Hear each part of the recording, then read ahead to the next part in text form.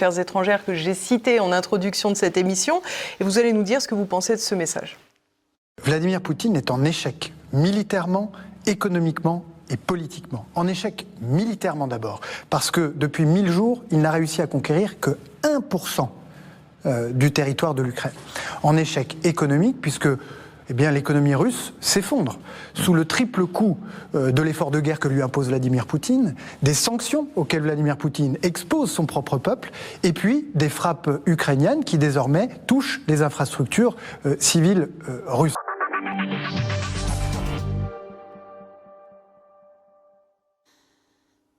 Alors on a le sentiment que le tableau dressé par Jean-Noël Barrot de la Russie est un petit peu plus lugubre que le vôtre. Oui, tout à fait. Alors, de deux choses l'une. Soit M. Jean-Michel Barrot vit dans un monde étranger, parce que tout ce qu'il dit est faux. Depuis 2 jours, et ça sera, je pense que ce week-end, ça sera complètement terminé, Pokrovsk et Mirovka, qui sont encerclés, seront entre les mains des Russes. Il y a plusieurs milliers de soldats ukrainiens qui sont morts, d'autres qui sont faits prisonniers. Un deuxième grand encerclement est en train de se mettre en place.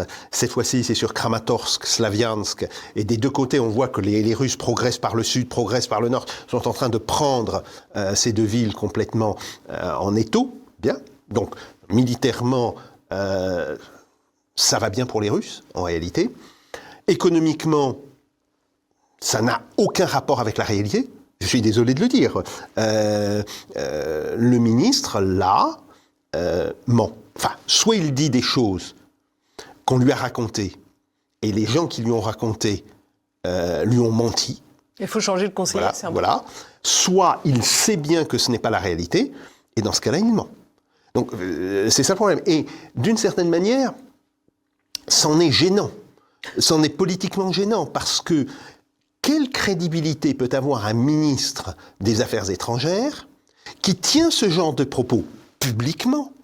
Bon, qu'il le tienne en privé pour remonter le moral de ses propres troupes, passe encore. Mais qu'il le tienne publiquement sur une télévision, devant un journaliste. Que vont penser les autres ministres des Affaires étrangères des autres pays? Quoi? Il est parfaitement incompétent? Ou alors il ment publiquement? Mais il y a un problème de crédibilité majeur qui se pose à ce moment-là. Donc, c'en est, si vous voulez, et je le redis, bon, pas la question que ce qu'il dit n'ait aucun rapport avec la réalité factuelle, mais c'en est gênant politiquement. Parce que quelle crédibilité peut-il avoir quand il va parler à ses différents homologues, qui, eux, savent bien la situation. Pour ça qu'ils évitent d'en parler, ils évitent de rentrer dans le détail. Bon, comme ça, on ne peut pas leur dire « Non, là, vous avez tort, là, vous avez raconté n'importe quoi ».